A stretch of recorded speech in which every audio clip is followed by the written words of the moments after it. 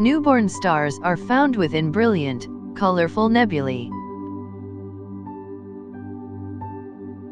However, star formation begins in dark dense clouds. Within one vast dark cloud, gravity collapses thousands of individual dense clumps.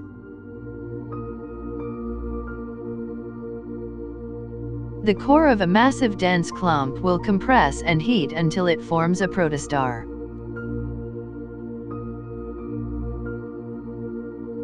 A protostar grows as a disk of gas and dust accretes onto it. And some of the accreting material is ejected along twin opposing jets.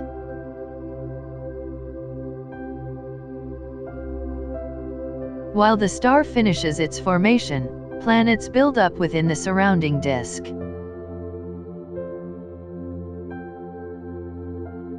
A few million years later, the new solar system has assembled. Stars and planets form together at billions of sites across our galaxy.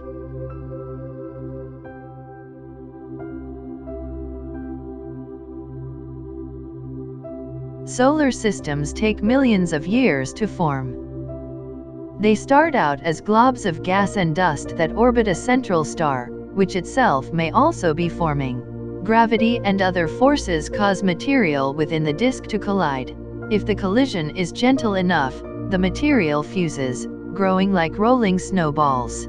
Over time, dust particles combine to form pebbles, which evolve into mile-sized rocks. As these forming planets orbit their star, they clear material from their path, leaving tracts of largely empty space. At the same time, the star gobbles up nearby gas and pushes more distant material farther away. Don't forget to explore for similar contents like this. You might be interested in these videos. I highly recommend you to watch these videos.